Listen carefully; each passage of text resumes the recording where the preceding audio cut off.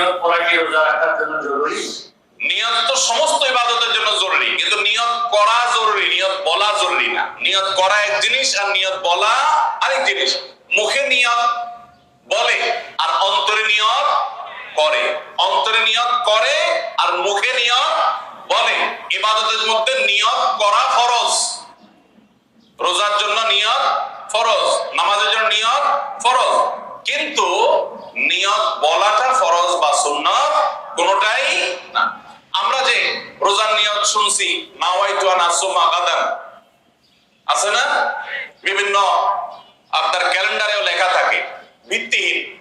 নবী করিম সাল্লাল্লাহু আলাইহি সাল্লামের কোন জয়ীফ জাল হাদিসেও এরকম রোজার কোন নিয়তের কথা কোথাও বর্ণিত হয় নাই। ইসলামের নামে নকল আমল করলে সওয়াব হবে না গুনাহ হবে? খবরদার। এই জন্য আমরা মেহেরবানি করে, আমি কি জন্য ভোর রাতে উঠছি, সারি খেতে উঠছি, সারি খেতে উঠছি মানে কালকে রোজা রাখবো, এটাই তো আমার নিয়ত।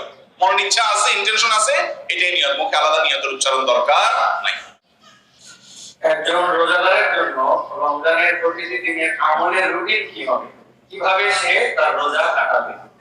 মাশাআল্লাহ, আমাদের একটা নতুন বই বের হয়েছে এবার, মাহে রমাদানের 27 আমল। বইটা একটা হাতের সামনেও আছে, মাশাআল্লাহ। এটা মূলত আমাদের একটা বক্তব্যের নির্যাস। এর আগে সোনাইমণিতে একটা বক্তব্যে আমরা মাহে রমজানের উপরে একটা গবেষণা করে 27টা আমল করেছে আলোকে বের করেছি, সেটা উপস্থাপন করেছি, পরে এটাকে বই আকারে আনা হয়েছে। এখানে রমজানে আপনি কি কি করবেন তার সবগুলোর তালিকা দেওয়া আছে। অতএব এটার আলোকে আপনি আমল করতে পারেন, চাইলে ভিডিও বক্তব্যটা শুনে নিতে পারেন।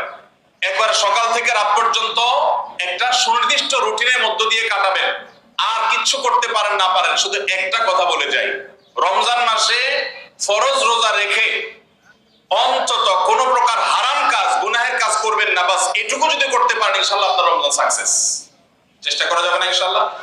একটা কাজ যদি করতে পারেন, আপনার রমজান ইনশাআল্লাহ সফল। সেটা হলো ফরজ রোজা রাখলেন, 5 ওয়াক্ত নামাজ তো ফরজ পড়বেনই, ফরজ কাজগুলো করলেন আর গুনাহ থেকে বেঁচে থাকলেন। কোনো হারাম কাজ করলেন না, ঝগড়াঝাটি করলেন না, মিথ্যা বললেন না, চগলখড়ি করলেন না, গীবত করলেন না, কাউকে ঠকাইলেন না, 2 নম্বর কাজ করলেন না।